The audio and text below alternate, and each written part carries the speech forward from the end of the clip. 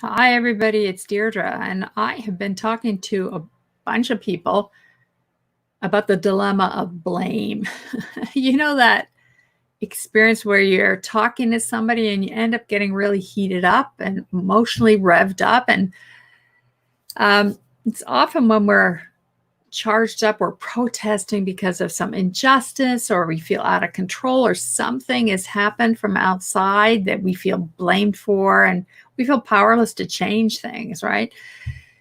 So I want to think about that and explore that a little bit with you. And we know from the research around mirror neurons that we are naturally empathic people, right? Naturally and normally. You probably know this from, watching other people do something, or the experience of watching sports that, like, say somebody gets like hit on the field and they fall down, and you can literally you recoil, or you sit back, or like, wow, this is a little too much, right? Your body has a sense of it. And that's, or maybe like when you're with somebody who's yawning and you start yawning, you have that same response. This is the research of the mirror neurons and the motor neurons. When you see somebody yawning and then you start yawning, even when you didn't feel tired, right? It's just that natural connection that shows up. And, think of it like the research is that these are how we instantaneously pick up information that goes on between us, around us, within somebody else. We're vibrating, for lack of any other word, at a different pace. You can think of it like our bodies, our hearts are like radio signals, and we're picking up the energy that almost before we even have conscious understanding of what's going on, right? Our emotional states can be like an internal movie soundtrack of what's going on inside. And we're literally, I don't know if that's true if we can say literally, but it's like we're getting broadcasts of what's going on outside, and we are broadcasting ourselves, right?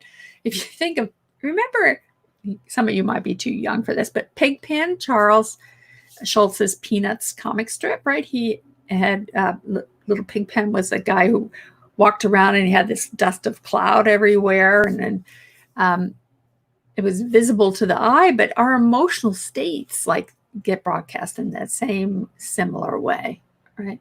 And we wonder then why people are pulling away, or they're moving toward us, even if they like us a lot and they feel that connection and warmth and they want to move close. It can be positive and it can be negative. It's not wrong or right. It's just something for us to be aware of, right? So then one of the things I've been exploring with people is this idea of how we can become an emotional warehouse of other people. And this happens when we pick up emotional states of other people around us. We get filled up by their emotional stuff, right? Almost without knowing what's happening. The more filled up we get, the more we need to maybe talk to other people or do things to discharge this activity that's going on. Or maybe others of us just sit and ruminate for hours and days and weeks. Might interrupt our sleep, our rest, our stress increases. We can feel sick, anxious, overwhelmed, out of control, scared, not safe. These are all the ways that we can be impacted, right? Something happens to us. We're picking up. It's not even that something happens like overtly, but we're picking up this information around us, and that can be overwhelming. Like I said, our bodies and hearts pick up this energy like radio signals. And if we have an unhealed early life template that's imprinted with complications or emotional drama or scapegoating, we are going to unconsciously volunteer to get caught up in that current situation. Right? Does this make sense to you? Right? I'm going to check here.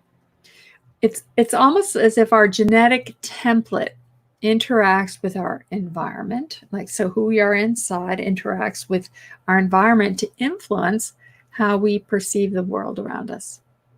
And over time, we develop beliefs and scripts to describe this to ourselves. and to explain to others why we're the way we are and why the world is the way it is. If we're lucky enough to grow up in an environment where we were seen and heard and known and felt like we were interesting and loved and cared about, well, you know what? That's going to predetermine how we interact with the world later on. And this is the work of John Bowlby and the internal working model that gets imprinted so early on. So what happens, though, if we grow up in an environment that ignores us or where we're ridiculed, well, you can probably guess the outcome of that, right?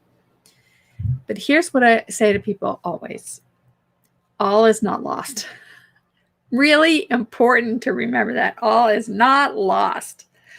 Even as our growing up preloads us for certain points of view, the new emerging research on human potential, neuroplasticity, and possibility really articulates a new reality. We can shift that template. We do not have to be stuck in any situation ever, right? This is so important to get. We do not have to be stuck ever. As hard as, I know what it's like, right? When we're in a situation, it feels like we are stuck, but we have control over it. We have control over our body, mind, and heart. We can help determine who we want to be and how we want to be. We get to decide who we want to be given whatever situation we're in. That's what's so, to me, that has changed my life. Instead of feeling like I'm stuck, I feel like I can adapt and change. Sometimes it's hard to adapt. Sometimes I have to really work hard and it doesn't happen easily, but we can make a difference. We can change who we are in relationship to whatever is going on, right? So important to know this, remember this, and live it, right? Because we will get trapped in the old stuff. But that doesn't mean that we're going to stay in situations or relationships that are bad for us, or maybe stay in a job that's destroying our self-confidence, or where people are mean to us. None of that, right? But it does mean that we change who we are in relationship to that. So somebody I was talking to just recently, having a huge insight, like it's very powerful to get about her anger and how intolerant she's been, right?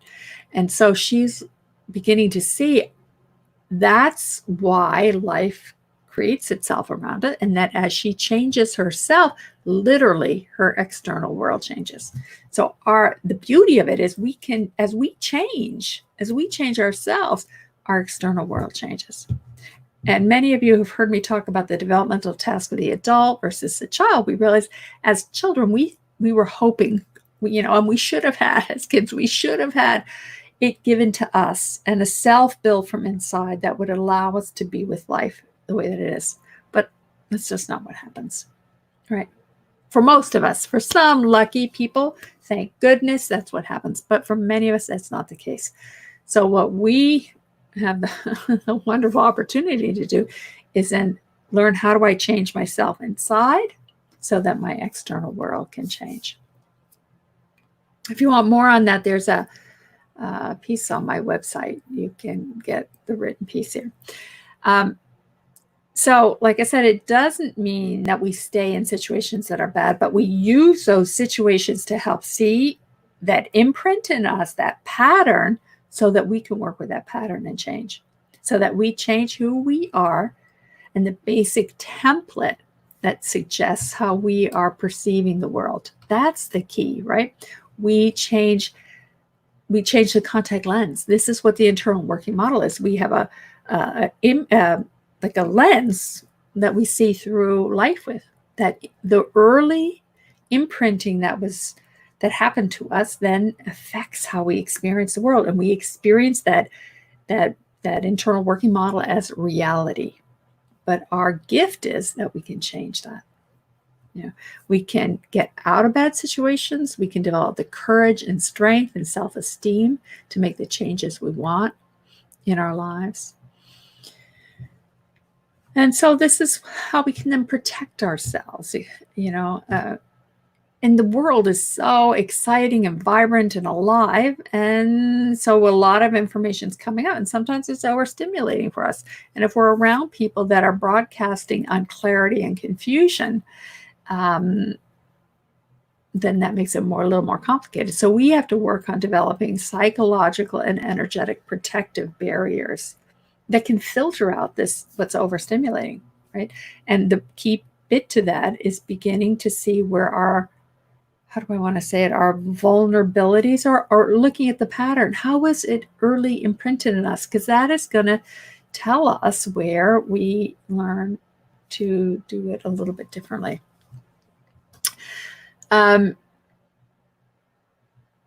We have to first know where we are getting trapped, where information is getting through, before we can learn how to filter it out, right? Doesn't that make sense? So many of us tend to have very permeable interpersonal and personal boundaries, which has us pick up the emotional states of others around us, right? And that can be hard. So let's look at this. I want you to take a moment and see if these are any of the signs and symptoms that you have of being an emotional warehouse. Certainly, I had to work with this a lot because I know that was my tendency, is just absorb a lot from other people. Whether they were, mostly it was negative. Most of us don't absorb the good stuff, right? I have to think about that, how to talk about it. We absorb the negativity that's coming at us, and we own the negativity as true. At least that's if we have that internal working model of our own negativity, right? So let's look at this. Maybe, right, this is true. If you have a sign and symptom of being a storehouse, maybe you find yourself ruminating a lot, in depth and at length over days, right? And another would be the need to talk to others about the situation or the story or the people. Like, really, it's like almost desperately trying to get clarity about a situation, right? That might be because we're so full, we just can't process anymore. Or it could be that you end up feeling sick or anxious, overwhelmed, scared, confused, right? Again, it's that they're so full up inside that you can't access your own heart, your own spine, your own belly, your own, what I talk about, the vertical access, where you're accessing all the divine energy coming down into you and grounding into the earth and drawing that grounded energy up, the earth mother, drawing that up and connecting in your heart. When we're out of that alignment, we get thrown off. And a lot of the ways we get thrown off is because we're getting overwhelmed by overstimulation from outside. So one person's upset can get swallowed whole by you, and you might feel it just absorbed and almost like shoveled into your body and weighing you down. And the problem is we block ourselves from reaching into the corners of our psyche to reclaim the core strengths and virtues that are native to each of us as human beings. And that is something that is so key to really attune to, is what are your core strengths and virtues? What is valuable about you? That is taking just one of those is just critical to take in. What is it that's valuable about you? The problem is that we block that, right? And we tend to really only see the negative stuff and not take in the beauty of it. And when we block off access to these native positive characteristics of well-being, it's harder and harder to believe good things are possible, making it harder to want to be present, to be here in this moment. And then we tend to protect ourselves, anticipating always that people are going to see the worst in us rather than seeing the best. So really take time, take time to be with yourself. And instead of being the emotional warehouse of somebody else, feeling blamed by them, orient to yourself. Orient to you. This is one of the key pieces of yogic psychology, which is so critical, is how do we withdraw our senses from outside, become attuned to ourselves inside, connect to that vertical axis so that we can then be in connection outside on that horizontal axis with better grace or connection and sense of self. So take some time, journal about it, go for a walk, ask your friends if you feel comfortable about what is it they value about you and see, does that resonate with you? It's really important for you to know what's true about you, regardless of what somebody else says, right? What is true about you and what feels wholesome and satisfying and nurturing for you. I know I've been talking a long time, so there are a few questions here. Let me see. Hey, Ellie's here. Let's see, you say there has to be a balance. What can we or should we accept or not? Yeah, that's really important, right? And we get to choose. The question is, do we tend to choose what's negative or not wholesome versus choosing and accepting what's more satisfying and caring and full-hearted for us, right? Most of us filter out the good. So actually, Ellie, I'd rather see us all have a balance, like balance loaded on what's positive and good than balancing around the negative. So remember John Gottman's research, which is that for every one thing, we need to have 5 good things happen. This is his research around couples. So think about it in terms of yourself. For every negative thing that you say to yourself, how often do you have 5 positive things to balance it out? That would be the balance, Ellie. That would be I think, to strive for, to really be satisfied with. And then you ask another question. How do we tell the difference between healthy boundaries and unhealthy judgment? That is my challenge. You know, that's a great question, Ellie. Let me think about that, and maybe we can talk about that at another point. I know I've been talking for a long time, so I want to be respectful of people's time, but let me think about that and see how we can address that at a future time. All right. So lots of love to you always. Nurture the good. See how you're absorbing the blame. See where you are inadvertently blaming other people and see what in you is happening. Is that the way that you want to be? What is it you're trying to move away from? Is there something? Is that a tendency to blame because you're stuffed full of something else? How are there other ways you can release that stuffed up feeling so you don't have to hold it all inside and be overwhelmed by it? All right. Lots of love, you guys. Bye.